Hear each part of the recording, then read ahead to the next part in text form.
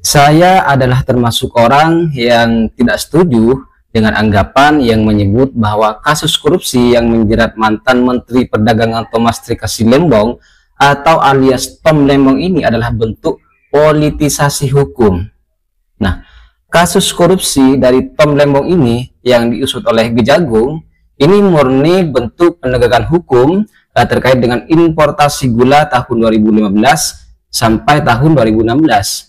Jadi sama sekali tidak ada politisasi hukum di sini. Ini murni penegakan hukum berdasarkan bukti-bukti permulaan yang cukup yang sudah dimiliki oleh Kejagung. Penyidikan kasus korupsi yang menjerat Tom Lembong ini kan sudah dimulai sejak tahun, kalau tidak salah, tahun 2023 kemarin. Nah, selama kurun waktu setahun ini kan penyidik Kejagung terus menggali, mengkaji, dan mendalami berbagai bukti-bukti yang diperoleh. Dan sebelum akhirnya ini memutuskan Tom Lembong sebagai tersangka. Jadi Tom Lembong juga sudah 3 kali sebenarnya diperiksa sebagai saksi sebelum akhirnya Tom Lembong ini ditetapkan sebagai tersangka. Nah, Tom Lembong ini kan ditetapkan sebagai tersangka ini karena sudah membuka keran impor gula kristal putih ketika stok gula ini di dalam negeri masih mencukupi. Tom Lembong sudah memberikan izin impor itu kepada pihak swasta, yakni PT AP ya.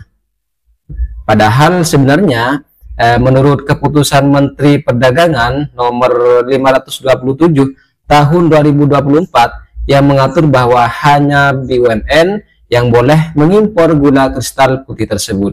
Namun pada waktu itu Tom Lembong ini memberikan izin kepada pihak swasta yang ini sudah jelas-jelas melanggar peraturan. Namun di sini saya juga heran ya kepada Roy Suryo dan juga para gerombolan-gerombolannya tersebut, di mana mereka kan selalu mengatakan bahwa harus ditegakkan hukum, korupsi harus diberantas dan lain sebagainya. Nah, ini Tom Lembong sudah ditangkap. Tom Lembong sudah ditangkap, tapi kemudian mereka Refly Harun dan juga para gerombolannya ini malah membela Tom Lembong, bahkan menyebut bahwa penangkapan Tom Lembong ini adalah bentuk dari politisasi hukum. Dan bahkan yang lebih keji, mereka juga menganggap bahwa ini adalah bentuk dari dendam Bapak Jokowi kepada Tom Lembong, karena dari kemarin-kemarin Tom Lembong sudah berani mengkritik pemerintahan dan sudah bergabung dengan Anies Baswedan. Coba kita lihat bagaimana videonya. Kalau Anda kutak-katik yang susu saya, susu bendera, ya kan misalnya, maka Anda akan ditarget seperti itu. Dicari kesalahan-kesalahannya. Kacau negara ini kalau begitu ya. Kalau Tom terima duit, terima barang atau terima sesuatu, ya, saya pun mengatakan politisasi. Tetap. Tetapi korupsinya ada. Korupsinya ada. Politisasinya ada juga. Ya, itu adalah video dari Refly Harun yang mengatakan bahwa bentuk penangkapan dari Tom Lembong ini adalah bentuk dari politisasi hukum. Namun untuk lebih jelasnya kita juga simak video berikut ini ya. Jadi keuntungannya Pak Prabowo ini adalah seorang presiden, kepala negara, ya, juga sekaligus kepala pemerintahan, dan juga seorang ketua umum partai. Keuntungannya apa? Pada saat ini di parlemen beliau menempatkan posisi yang strategik, ya, dalam rangka masalah salah satu pemberantasan korupsi dengan menempatkan ketua baliknya adalah kader Gerindra, namanya Dr. Bob Hasan.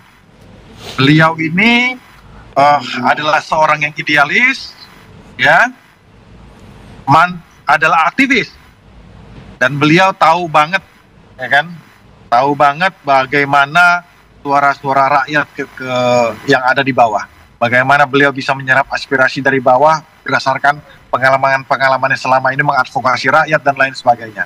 Jadi suara-suara keadilan yang ada pada saat ini diserap oleh kader Pak Prabowo yang bernama Bob Hasan, sebagai ketua balik yang akan memimpin, termasuk salah satunya RUU perampasan aset, seperti itu salah satunya, dengan hal-hal yang lain. Jadi ini sangat strategik sekali. Oke, Jadi berarti itu apakah hal sudah ada yang indikasi simpel. begitu, Bung, kalau misalkan ternyata RUU perampasan aset ini akan segera disahkan begitu? Ya, seperti kata Pak Dasko tadi kan, kalau saya nggak salah dengar ya, itu akan jadi salah satu instrumen. Dan beberapa agenda-agenda peraturan yang lain. Menjalankan suatu kebijakan tentunya harus didasari oleh landasan hukum, ya, oleh aturan-aturan yang berlaku. Bisa dalam bentuk peraturan perundang-undangan yang baru, atau juga berdasarkan penyempurnaan dari yang atau revisi dari undang-undang yang sudah ada. Seperti itu. Nah, itu dimulai dari sana, ya kan? Kemudian itu komitmen yang indikasi komitmen yang dilakukan oleh beliau. Kemudian berikutnya tinggal eksekusinya ke depan, ya. Eksekusinya ke depan akan kita lihat bagaimana Prabowo, ya kan, dengan jajaran perangkat-perangkatnya, baik itu Pak Kapolri, ya, jajaran Kejaksaan Agung, KPK dan lain sebagainya, bisa satu nafas dan satu suara, ya, terorkestrasi tanpa pilah-pilah, tanpa pandang bulu untuk menegakkan semua aturan hukum ini sesuai dengan aturan hukum yang berlaku. Seperti itu. Baik, Bung. Jika misalkan kita melihat dari jumlah indeks perilaku anti korupsi yang dikeluarkan oleh BPS pada tahun 2024 ini, terjadi memang angka penurunan dari IPAK, di mana dari angka 3,92 hingga ke 3,85. Ini menandakan bahwa adanya penurunan sedikit terkait dengan permisif atas tindakan korupsi yang telah ada di Indonesia, di masyarakat seperti itu. Kira-kira untuk menurunkannya kembali begitu, untuk menjadi angka yang lebih rendah, kiat-kiat apa yang akan dilakukan oleh Kabinet Merah Putih, terutama dalam hal ini hukum dan HAM seperti itu, Bung? Jadi saya memention dan menggarisbawahi apa yang dikatakan oleh Pak Prabowo. Ya kan, bahwa kita jangan terjebak pada angka-angka, ya, kita jangan terjebak pada angka-angka. Langkah konkret saja, bahwa indeks penegakan hukum korupsi kita mengalami penurunan atau mengalami kenaikan dan lain sebagainya, itu kisaran hanya angka-angka, ya kan. Tapi balik lagi kepada hati nurani kita masing-masing, hati nurani rakyat, apakah, ya kan, suara-suara rakyat ini bisa diakomodir, bisa terpuaskan dengan tindakan-tindakan konkret dari Pak Prabowo ke depannya. Angka-angka kita nggak usah dulu lah, bicara-bicara masalah itu dulu lah, kan? Baik, Bung.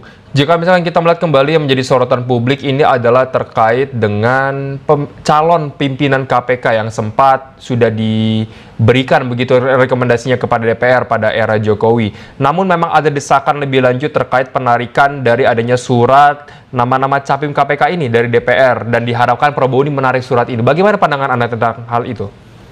Ya, sebenarnya secara praktek dan aturan hukum yang berlaku, aturan hukum ketatanegaraan itu dimungkinkan dan pernah terjadi, kan, seperti itu. Jadi tinggal bagaimana Pak Prabowo apakah akan mengambil langkah itu ke depannya, ya, langkah strategis ke depannya. Kita akan lihat juga, ya kan, suara-suara itu akan tetap diakomodir, akan tetap diserap oleh beliau, sehingga apakah setelah beliau dilantik ini, ya kan, dalam beberapa hari ke depan atau beberapa bulan ke depan, suara-suara dari teman-teman aktivis, teman-teman pegiat anti korupsi ini bisa beliau akomodir, ya kan? Nah, itu dari sisi sisi moral dan juga sisi aturan hukum memungkinkan untuk hal tersebut. Baik, tapi kira-kira apakah seberapa penting sebenarnya prioritas dari capim KPK ataupun pemilihan dari Dewas KPK ini ke depannya? Bukankah ini menjadi urgensi yang mesti diperhatikan di eranya Prabowo ini?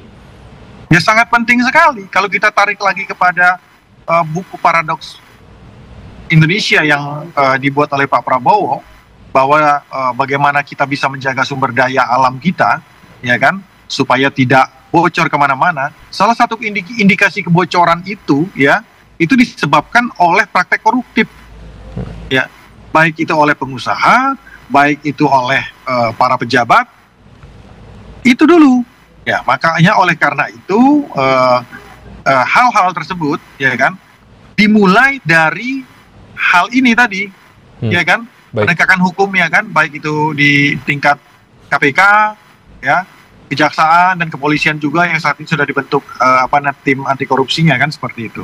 Jadi nggak apa-apa Jadi biar ketiga lembaga penegak hukum ini bisa berlomba-lomba dalam kebaikan untuk memberikan efek jera, ya, punishment kepada para mereka-mereka yang telah melakukan tindak pidana korupsi, sehingga ada efek jerahnya ke depan dan kultur budaya, ya, yang permisif terhadap hal seperti ini bisa hilang, bisa pelan-pelan luntur, seperti itu. Oke, baik. Ada satu lagi sebenarnya Bung hal yang menarik terkait dengan pembentukan Kabinet Merah Putih ini, di mana Kementerian Keuangan itu sudah tidak lagi berada di bawah Menko Perekonomian, tapi langsung di bawah Presiden. Apakah ini merupakan salah satu langkah di mana Prabowo Subianto ini ingin mencegah terjadinya ledakan atau mungkin kontrol keuangan yang diperketat terkait dengan penggunaan APBN, atau bagaimana menurut pendapat Anda? Iya, betul sekali. Tadi saya juga sudah menyampaikan itu, bahwa intinya kan buku Paradoks Indonesia itu menyatakan jangan sampai ada kebocoran. Kebocoran ini, ya kan, disebabkan oleh tindakan-tindakan koruptif, ya kan, oleh para pelaku-pelaku pengusaha dan lain seperti saya sampaikan tadi lah, ya, penegak hukum, bisa juga dari pejabat-pejabat dan lain sebagainya. Langkah paling strategik yang beliau lakukan adalah Kementerian Keuangan langsung di bawah beliau. Jadi nggak ada layer-layer lagi di situ. Nggak ada layer. Beliau bisa langsung pantau, bisa tahu, hey, ini nggak boleh, ini di bawah saya semua, lapornya ke saya. Kan seperti itu. Ini yang kata orang-orang suka ngeledek para bocor kan. Kita buktikan. Pak Prabowo akan buktikan bahwa itu tidak akan ada kebocoran dari situ. Diminimalisir semaksimal mungkin. Seperti itu.